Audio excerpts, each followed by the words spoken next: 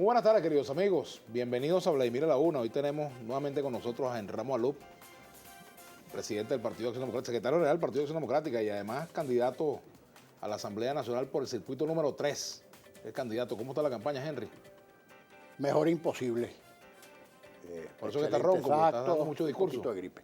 Excelentes actos, una gran receptividad en las caminatas, en los contactos directos, en los conversatorios, en las asambleas. De verdad que estoy muy contento, la gente está muy sensibilizada, veo un ánimo de participación de la gente y debo decírtelo, no veo ni manifestaciones de violencia, ni sobresaltos, ni un respeto generalizado a los candidatos que están promoviendo su candidatura. ¿No te preocupa nada de cara a las elecciones en materia de situación de violencia? Ya acabas de decir que no has visto Mira, violencia. fíjate, no me preocupa, fíjate, en todos los eventos la gente te pregunta muchas cosas. ¿Van a suspender las elecciones? ¿Van a reconocer los resultados? ¿Va a haber tranquilidad el día de las elecciones, etcétera? Bueno, yo te digo, yo estoy tan convencido de que la gente va a votar masivamente, de que la gente va a votar en paz, de que la gente no quiere sobresaltos, ni quiere conflictos, ni quiere confrontaciones, ni enfrentamientos. Y estoy absolutamente seguro también que va a haber elecciones el 6 de diciembre, que se van a respetar los resultados y que de ahí en adelante empieza una etapa muy interesante, por cierto, que muy compleja en la vida política venezolana. Pues para eso están los factores, para resolver y para encarar las dificultades que se puedan presentar. Ahora, ¿no ha habido un espacio, Henry, de conversación con el gobierno sobre los asuntos que pueden ser preocupantes y que pueden ser inmanejables si no se hablan antes del 6 de diciembre? Bueno, hasta ahora no los ha habido. ¿Ustedes lo han procurado? La última vez que conversamos con el gobierno, cara al país, en Cadena Nacional de Radio y Televisión, tú presenciaste el evento. Bueno, eso fue en abril del año pasado, el 11 de abril del año pasado. Pero después de eso no ha habido... No ha habido más contacto, hubo unas reuniones posteriores para tratar de arbitrar, de implementar algunos acuerdos mínimos.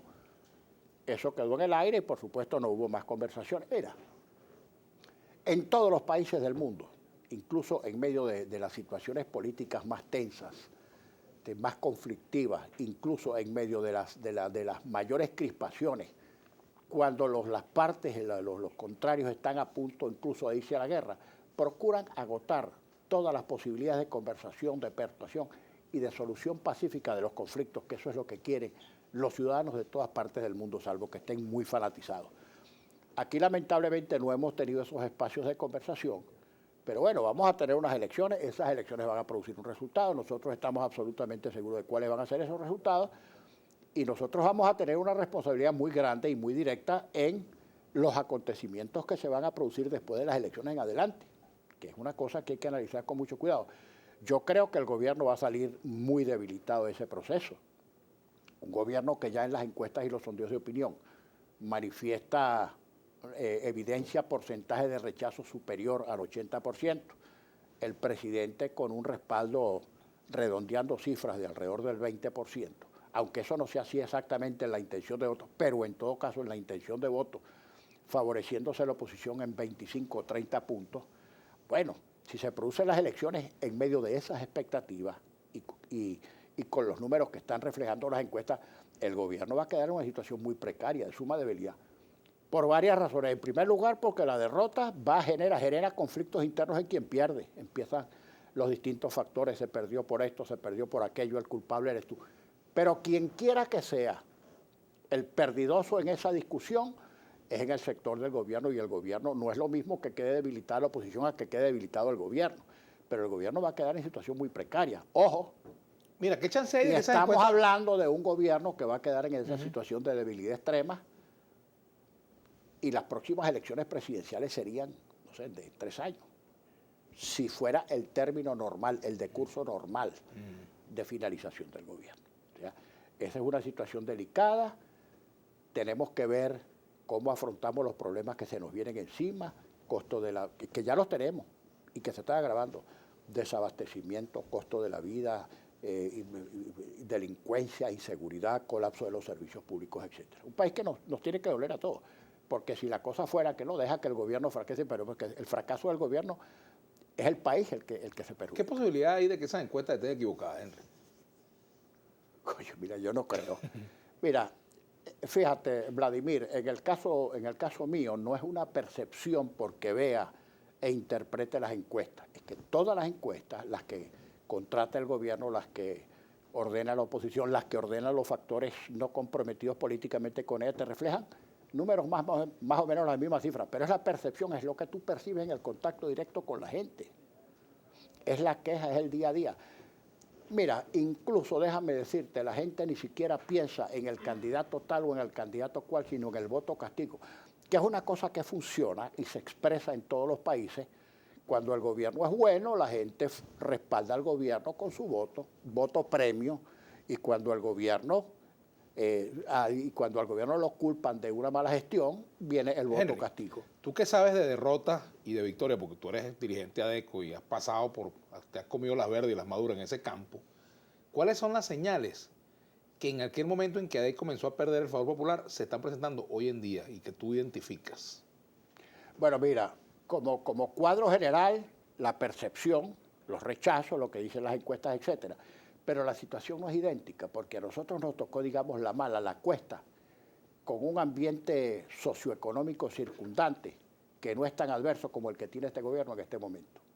Por ejemplo, fíjate, Carlos Andrés Pérez, después del paquetazo, todo lo que ocurrió, pues, sin embargo, se estabilizó la moneda, se estabilizó la economía, no había desabastecimiento, se había detenido la inflación, había un crecimiento sostenido del 8%. Y aún así, bueno, vino la crisis, Carlos Andrés Pérez fue enjuiciado, etcétera.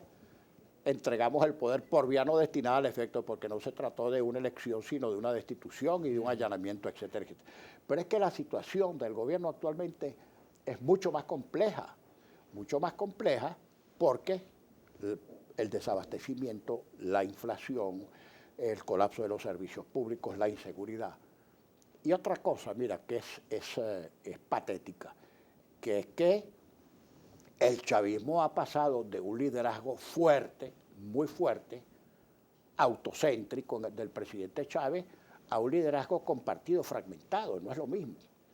Yo no sé, porque hacer ejercicios de adivinación o de prospección sobre hipótesis y supuestos no me parece lo más técnico, lo más sensato, pero yo creo que si Chávez hubiera estado en este momento, lo hubiera afectado profundamente la crisis. Claro, no está, murió antes de que esto de que esto colapsara. También pudiera decir pero que a Maduro le medidas. tocó simplemente ser la cola del papagayo, o sea, le tocó la situación última y no se puede salir de eso. Como dicen por ahí, pues, como dice el refrán, limpio y debiendo. Ese proyecto se pudo financiar porque había abundancia de dinero, unos ingresos descomunales.